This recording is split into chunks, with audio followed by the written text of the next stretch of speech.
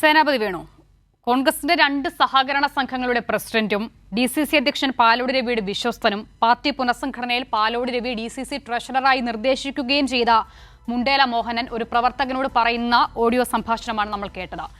Vote മുരളീധരന് കൊടുക്കാൻ നരേന്ദ്രമോദി വരട്ടെ എന്ന് പറയുന്നു, അതാണ് നമുക്ക് നല്ലതെന്ന് പറയുന്നു. നമ്മുടെ പക്ഷത്തിന് ശബരിനാഥന്റെ ഉൾപ്പെടെ പിന്തുണയുണ്ട് എന്ന് പറയുന്നു.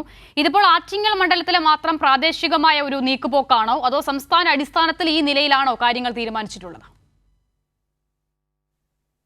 രക്ഷിത, ഈ സംസാരം, അതായത് ഈ വീഡിയോ ക്ലിപ്പിംഗ് ഇത് ആരുടേതാണ് എന്ന് എനിക്കറിയില്ല.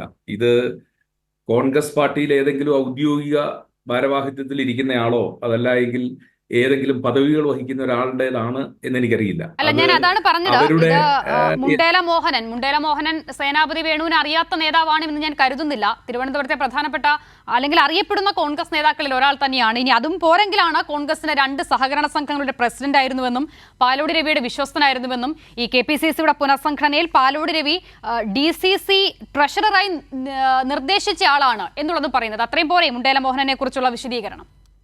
അല്ല, ഞാൻ പറഞ്ഞത് അദ്ദേഹത്തിന്റെ ഏതോ വ്യക്തിപരമായ ഇഷ്യൂമായി ബന്ധപ്പെട്ട് കമ്മിറ്റിയിൽ പങ്കെടുപ്പിക്കുന്നില്ല അല്ലെങ്കിൽ മീറ്റിംഗിൽ പങ്കെടുപ്പിക്കുന്നില്ല എന്നുള്ള പൊതിക്കറിവിന്റെ ഒരു ഭാഗമായിട്ട്. ഇനി ഇത് എങ്ങനെയാണ് ഇങ്ങനെ ഒരു സാഹചര്യം ഉണ്ടായത്, സംജാതമായത് എന്ന് എനിക്ക് ഇപ്പോൾ അത് വിശദീകരിക്കാൻ പറ്റത്തില്ല. കാരണം എന്താണെന്ന് വെച്ചാൽ ഞാൻ അതിനെക്കുറിച്ച് കൂടുതലായിട്ടുള്ള ഇതിന്റെ വിവരങ്ങൾ ശേഖരിച്ചു വരുന്നതേ ഉള്ളൂ.